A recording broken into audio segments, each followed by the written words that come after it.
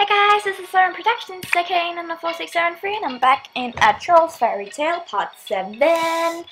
And just mentioning, the last video ended suddenly because I got into the game, which happens, and I forgot time. So nice! I usually say goodbye and stuff, but I didn't, so I'm sorry. I hope you'll survive. Just continuing. Music. A little while later, I handed their dishes to Alacroix to hand them to them, but she returned shortly after with one of the dishes in her hand. Oh, shut up! It tastes delicious. Did you do something to get on the prince's bad side? Looking over her, baffled, I shook my head no. Well, he's saying that he's not going to take this dish and I'll pay for it if you don't come out and give it to him yourself. With a bitter laugh, I turned around and went back to work.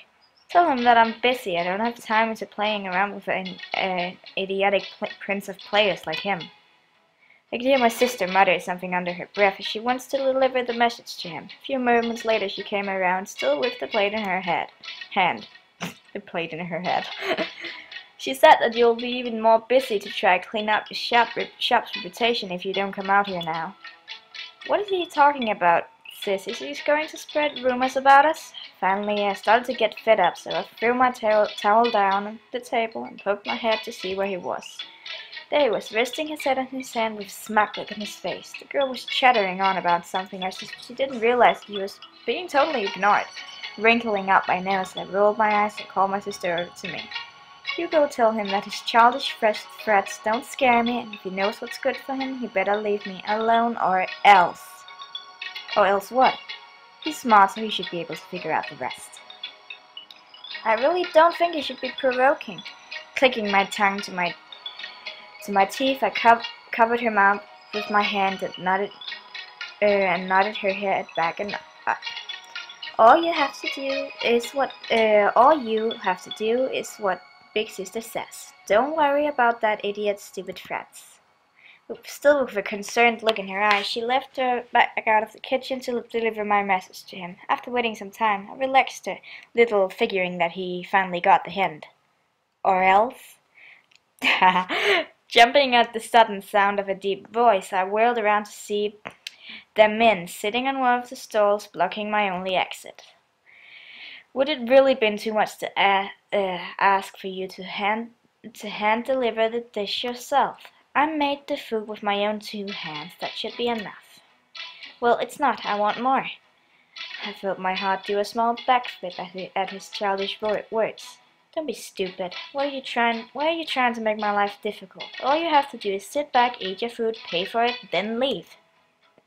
You're always in such a bad mood. That's only with you. Ouch.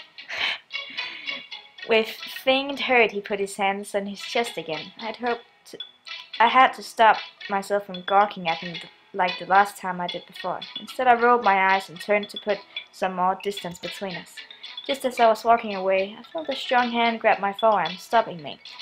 I turned around and looked back up at him, keeping the stern look on my face. He gently pulled me closer towards him, and I felt his minty breath brush past my face. His silver eyes stared intensely into mine. You keep running away from me. There was nothing I could really say. It was like his eyes had a hypnotic effect on me whenever I gazed into them. I quickly snapped back to my senses, a slow smirk escaping on his face as if he knew what he was thinking. Snatching my arm away with a shake, I tried to pull myself back together. I went away because you get on my nerves.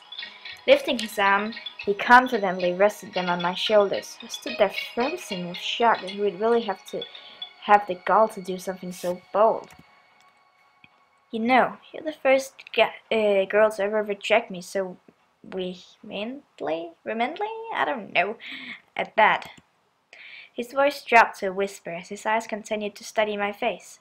What exactly was he trying to find, staring at my face like that?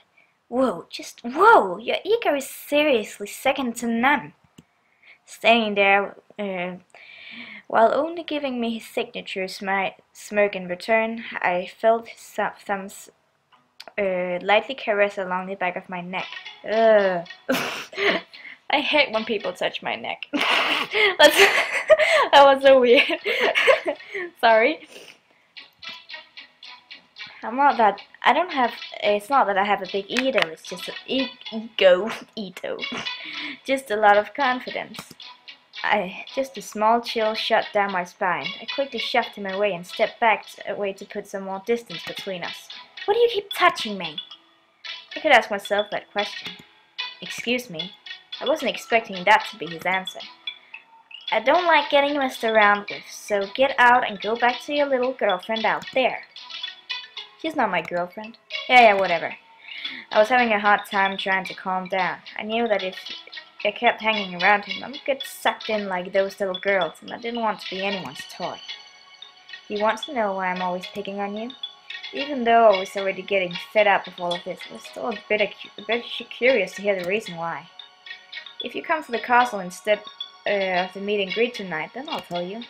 I kept my arms crossed in front of me, giving him a puzzled look. He always seemed to put looks like that out for me. Always seems to put looks like that out of me.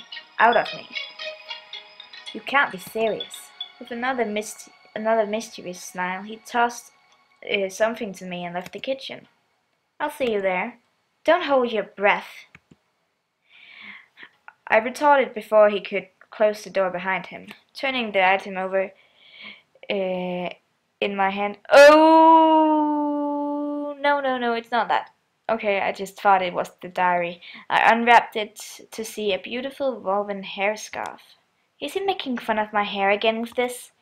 Even though I was annoyed, I was still a little touched by his thoughtful gesture. Still, I couldn't let myself get hung up on him. You already are. A player is only good for one thing, and that's playing the game. With the end of the festival drawing near, it was announced that there will be new activities to do at the meet and greet tonight. I decided against accepting Damin's arrogant invitation and instead choose to get ready for tonight's special meet and greet. Why don't you go to the Princess Ball instead? That's like a once-in-a-lifetime opportunity. Tugging nervously at my sleeves, I shook my head. I'm already going to be at the palace later this week. Why should I go there ahead of time? I don't want the memory of my first visit at the palace is to be because of a cocky invitation from His Highness. I'm sure he'll have plenty of other people to distract him from noticing my absence. I don't know about that. He seemed pretty interested in you. Scuffing, I let out a snarky laugh and put on my shoes. I'm sorry. He's only interested in what he can't have. It's the chase that's getting him, not me. What makes you think it's not actually you? Because when has it ever been me? But it could really actually be you this time around. That hadn't actually occurred to me before. What if he was being generous? I felt my eyes on the scarf that he had given me earlier. Don't fall into it. Please don't. I picked it up and began to closely study it as if it held the answer to my question. Why would he actually want me? Why wouldn't he? I can't give you plenty of reasons why he wouldn't. And I bet I can give you just as many reasons he would. Grabbing the scarf out of my hand, she helped me wrap my hair up in a loose bun. I think the only way to find out is to see whether he'll get jealous when he sees you talking to other guys. How's that going to work? He talked to plenty of other girls all the time. I'm sure he's not the only one those girls are talking to. Why should I be any different? Pushing me out of the door, she gave me a few encouraging pats on my shoulders. You never know if you don't try. Still trying to make sense of everything, I slowly made my way to the meet and greet, but not before casting a few looks over the direction of the Prince's castle. This is so stupid. The energy in tonight's air was a lot different than it has been the past couple of nights. New dishes were placed out for everyone to dig into. Some of them were pretty strong entries, even for a fully grown troll. After a short period of time, some of the stronger trolls, dragons, and fairies started taking part in a tolerance challenge. One of the dishes set out had an ingredient strong enough to knock out a fully grown mountain troll for days. Sorry. I stood there as I watched as people passed out from the challenge. One troll seemed to be holding his own. I caught him sneaking quick glances my way, as if making sure I was watching. Even though a lot of my clan's games are kind of rough and barbaric, it's still pretty impressive to see a showcase of resilience thing. I've never been one to take nicely to weakness, so I was definitely impressed. I even lingered to try to find out what the outcome would be. This is his 10th round. That dude's crazy. No, he's just trying to show off that troll over there. I felt my face grow hot, but I refused to let them know I had been embarrassed by their silly gossip. Even if what they were saying might be true, the longer the game went on, the bolder the one shy troll became. Instead of giving me shy little glances, he was now cheering along with the crowd and raising his place victoriously towards me. Charming. His drunken display of affection was a little cute, but not really my taste. Before I could get up and leave, another opponent entered and challenged him. It's Prince Damin! Oh yeah! Oh yeah, I knew it. He is jealous. Ha! That got my full attention. I tried to scan the crowd to see if it was true. Settling down in front of the drunken troll, I saw a hard look on Damin's face. What's he doing here? Why was he entering the game? Don't tell me he's like a sissy that can't eat anything. I think my family is coming home now. Damn. It's known as the fact that the unicorn can't handle a troll's cooking, so why? Who do you think will win? I don't know. The troll is already so drunk. I could feel my heart pounding nervously as the match began. Each man began to eat one strong dish after another. This is crazy, he's still going! They're going to get food poisoning if they keep on like this. And watched as the men's movement became more and more sluggish, and the troll started to looking cock-eyed and crazy. Finally, with one last dish, the troll passed out and fell off the table, landing on the ground with a hard "Ha! You did it, Damin!" The crowd began to cheer wildly, holding Damin's arms up in victory. I shook my head in total disbelief. That man continues to surprise me every day. Just then something tugged at my arm. Two of the boys I've seen hanging around Damin stood beside me. One of them, I remembered, had been talking about me the night before. I scowled as I looked at them. As I looked down at them, they must really have been afraid of me too, because they took a small step back. One attempted to clear his throat. Can you help us? No. Turning away. Yeah, we're badass. Turning away, I headed. Oh damn! Please, we can't talk. We can't take the prince to the palace like this. His mother will have a fit. They stood there shaking, keeping a tight grip on my arm. I glanced over at Damin. He was stumbling around a few girls, struggling to steady him underneath his weight. Sighing in annoyance, I took my hand loose from that grasp. You make sure to tell me that he owes me one when he sobers up. Thank you!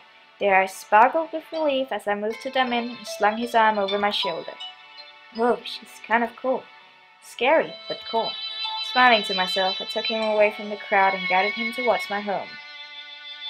Kicking the door open, I called for my mother and sister's help. Damin was muttering nonsense under his breath. Quickly, I walked him across the room. Casey, what happened? Oh damn, I have to end the episode here. I'm too much into this. I will see you guys in the next one. Bye!